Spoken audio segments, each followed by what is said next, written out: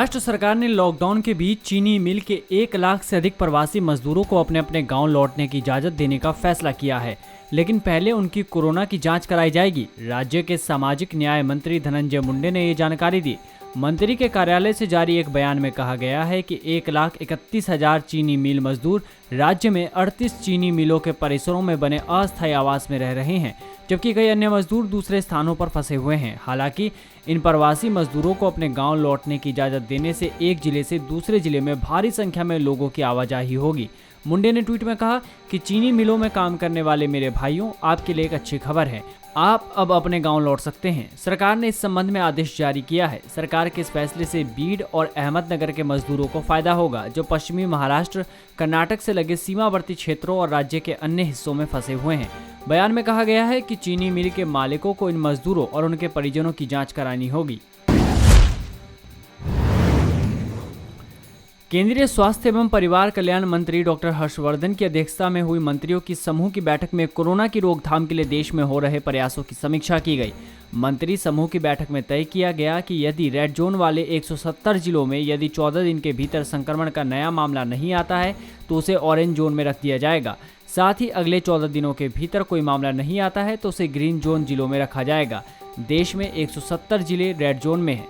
इनमें से 123 जिलों में कोरोना की बड़ी आउटब्रेक हुई है, जबकि 47 जिलों में क्लस्टर आउटब्रेक हुई है। इन्हें सरकार ने रेड जोन में रखा है ताकि यहां संक्रमित क्षेत्रों को सील किया गया है, जबकि 207 जिले ऑरेंज जोन में हैं, जहां संक्रमणों की संख्या सीमित है। इसके अलावा 353 जिले ग्रीन जोन में हैं। इन जिलों में कोरोना संक्रमण का एक भी मामला नहीं है।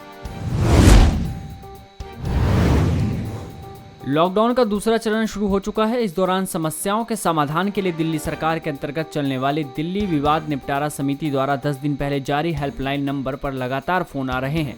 हेल्पलाइन नंबर पर फोन कर लोग अजीबोगरीब दिक्कतें बताकर समाधान मांग रहे हैं। कोई कह रहा है कि बेटा बहू बात बेबात उलझ रहे हैं, तो कोई मध्यस्थता केंद्र पर बैठे अधिकारी से अपने घर वापस भेजने की गुहार लगा रहा है। दिल्ली विवाद निपटारा समिति की चेयरमैन न्यायमूर्ति ML मेहता ने बताया कि पिछले 10 दिन में राजधानी के विभिन्न जिलों में संचालित 16 मध्यस्थता केंद्रों पर हेल्पलाइन नंबर पर 96 कॉल आई। टोल फ्री नंबर पर फोन करने वाले लोग अजीब समस्या बताकर मदद मांग रहे हैं। उत्तराखंड सरकार द्वारा गठित उत्तराखंड चारधाम देवस्थानम बोर्ड के प्रबंधन में पहली बार उत्तराखंड के चारों धामों के कपाट खुलने जा रहे हैं, जिसे लेकर देवस्थानम बोर्ड ने अपनी तैयारियां तेज कर ली है। 26 अप्रैल को गंगोत्री एवं यमुनोत्री के तो 29 अप्रैल को बाबा केदार के और 30 अप्रैल को श्री बद्री विशाल के मंदिरों के कपाट दर्शन के लिए खोले जाएंगे। कोरोना संक्रमण के कारण इस वर्ष चारों धामों में तीर्थयात्रियों के पहुंचने की उम्मीद बहुत कम है। चारों धामों में कपाट खुलते समय मात्र पुजारी, धर्माधिकारी एवं मंदिर के कुछ अधिकारी ही मौजूद रहेंगे। गढ़वाल कमिश्नर एवं देवस्थान बोर्ड के CEO रविनाथ रमन ने बताया कि सरकार या देवस्थानम बोर्ड बद्रीनाथ, केदारनाथ में ऑनलाइन पूजा नहीं करवाने जा रहे। उन्होंने बताया कि बद्री, केदार एवं यमुनोत्री, गंगोत्री में तय विधि विधान के अनुसार ही पूजा होगी। भक्त बद्री केदार के ऑनलाइन दर्शन कर सके, इस बारे में विचार किया जा रहा है। साथ ही संबंधित जिला अधिकारियों से इन धामों में नेटवर्क आदि की जानकारी मांगी गई है। अमेरिका और भारत के बीच रक्षा सौदा को मंजूरी मिलने पर पाकिस्तान की चिंता बढ़ गई है। पाकिस्तान ने अमेरिका पर आरोप लगाया है कि वो भारत को जहाज रोधी मिसाइलें देकर क्षेत्र में अस्थिरता पैदा कर रहा है। अमेरिका ने सोमवार को $15.5 करोड़ की हार्पून ब्लॉक 2 एयर लॉन्च्ड मिसाइलें और हल्के वजन के टॉर्पीडो भारत को बेचने की मंजूरी दी थी। इस पर पाकिस्तान की बौखलाहट बढ़ गई है। पाकिस्तान के विदेश कार्यालय के प्रवक्ता आयशा फारूकी ने कहा कि अमेरिका का भारत को मिसाइलों की बिक्री क्षेत्रीय शांति के लिए खतरा है।